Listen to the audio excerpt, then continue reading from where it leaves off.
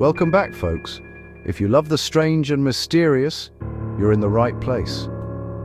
Today, we're heading to the eerie canals of Xochimilco, just south of Mexico City. Deep within these waterways lies La Isla de las Muñecas, the island of the dolls. You've probably seen the haunting images, decaying dolls with missing eyes hanging from every tree. But the real story behind this island is far creepier than any photo. Let's dive into the chilling legend of the Island of the Dolls. It all began with Don Julian Santana Barrera, a farmer who left his family to live alone on a remote chinampa. One day, Julian claimed he found a young girl drowned in the canal. He tried to save her, but it was too late. The tragedy haunted him. Soon after, he spotted a doll floating in the water. He believed it belonged to the girl. Convinced her spirit lingered, Julian hung the doll in a tree as a tribute, hoping to bring her peace. But the eerie events didn't stop. He began hearing whispers, footsteps, and cries at night. Feeling responsible, Julian vowed to dedicate his life to appeasing the girl's restless spirit. He started collecting more dolls, believing each one would help quiet her cries. What began as a single gesture became a lifelong obsession. The dolls became his way of communicating with the spirit world. He believed only he could help her find peace. So he kept bringing dolls, one after another. The island's transformation had begun, and the legend was just getting started. Julian's obsession grew. He scavenged for discarded dolls, trading vegetables for broken toys. Locals saw him as the strange man who wanted their unwanted dolls. He hung them everywhere.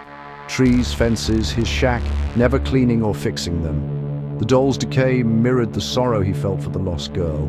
Over decades, the collection swelled to thousands, turning the island into a nightmarish landscape. Sun, rain, and mold transformed the dolls into grotesque figures. Spiders and insects made homes in their hollow eyes. The island became a shrine for lost souls, a sanctuary for spirits, not just the drowned girl. Julian believed each doll was a vessel for a wandering spirit. For 50 years, he lived among them, their silent caretaker. The island was no longer just his home, it was a haunted refuge, and the dolls kept coming. As the dolls multiplied, locals began to whisper about the island's supernatural energy. Boaters reported feeling watched by hundreds of glassy eyes as they passed. Some swore the dolls moved, heads turning, arms lifting, eyes opening. Julian himself claimed the dolls whispered to each other at night, shifting positions by morning. He insisted these were signs the spirits were communicating. The tales became local legend, fueling the island's eerie reputation. Trajineros, boat operators, shared these stories with tourists, adding to the mystique. Many believed the dolls were alive, possessed by restless souls. Even skeptics felt chills in the presence of so many haunted faces.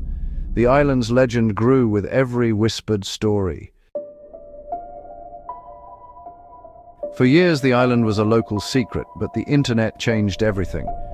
Word spread and thrill-seekers began making the long, eerie journey to see the dolls for themselves. The trip takes hours through silent, winding canals, far from the festive tourist areas. Arriving, visitors are met with thousands of decaying dolls, the air thick with unease. The island became a dark tourist destination, drawing ghost hunters and TV crews. Shows like Ghost Adventures and BuzzFeed Unsolved filmed here, amplifying its creepy fame. The spectacle is overwhelming, a monument to one man's obsession and grief. And the legend only grew. Don Julian spent 50 years on the island, but in 2001 the story took a chilling turn. While fishing with his nephew, Julian spoke of a spirit calling him into the water. Later that day, his nephew found Julian's body floating in the canal. He had drowned. The spot was the very same where he claimed to have found the drowned girl decades earlier. The symmetry was haunting, his life and death forever linked to the legend. Some say the spirit finally claimed him. Others see it as a tragic, poetic end. The caretaker of the dolls became part of the story he created. The island's curse had come full circle. After Julian's death, the island's supernatural reputation only intensified. Many believe the dolls themselves are now the island's guardians, vessels for restless spirits. Visitors report feeling watched, hearing whispers, and seeing dolls move. Some claim their cameras malfunction, only to work again off the island. Boatmen refuse to pass by after dark, haunted by tales of crying children and shifting dolls. The spirits Julian invited never left. The dolls remain, silent, watchful, and waiting. The legend endures. Reaching the island of the dolls isn't easy. Hidden deep in Xochimilco's canals, it's only accessible by boat. The journey takes hours, leaving behind the noise of the city for silent, overgrown waterways. The isolation builds suspense, stripping away the familiar. By the time you arrive, you're primed for the island's eerie atmosphere. Few make the trip. It's a pilgrimage for the truly curious. The remoteness preserves its haunting aura. Every visitor faces the legend head-on. Even now, visitors bring offerings, mostly dolls, to the island. New dolls hang beside the old, each one a tribute to the spirits.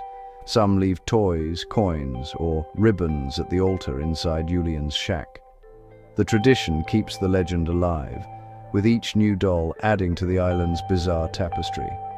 The collection is now a global phenomenon, crowdsourced by visitors from around the world.